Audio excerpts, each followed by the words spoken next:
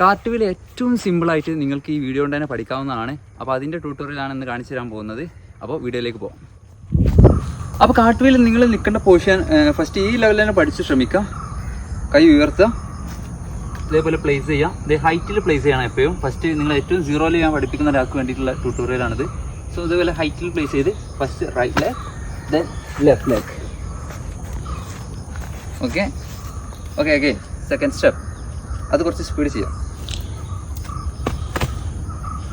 നിങ്ങൾ ആ ഹൈറ്റിലുള്ള movements comfort ആയി കഴിഞ്ഞാൽ, അത് ഓൾറെഡി കൺട്രോൾ ആയി കഴിഞ്ഞാൽ, പിന്നെ നിങ്ങൾ ഫ്ലോറിലോട്ട് വരിക.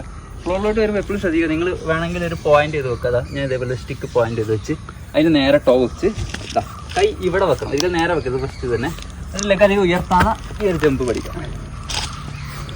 എഗെയിൻ ടോ നേരെ വെക്കുക, ദെൻ പ്രാക്ടീസ് ചെയ്യാം. ഈ രീതിയിൽ പ്രാക്ടീസ് ചെയ്യാം. കംഫർട്ട് ആണെന്നനുസരിച്ച് കൈ അടുത്തേക്ക് വരിക, ലെഗ് മാക്സിമം സ്ട്രൈറ്റ് ചെയ്യാൻ ശ്രമിക്കുക. That's it. നിങ്ങൾ ഏറ്റവും ശ്രദ്ധിക്കേണ്ടത്, നിങ്ങൾക്ക് ഷോൾഡർ കുറച്ച് സ്ട്രെങ്ത്ത് വേണം, എങ്കിലേ നിങ്ങൾക്ക് ഇത് ഈസി ആയി കുറച്ച് ചെയ്യാൻ കഴിയുള്ളൂ.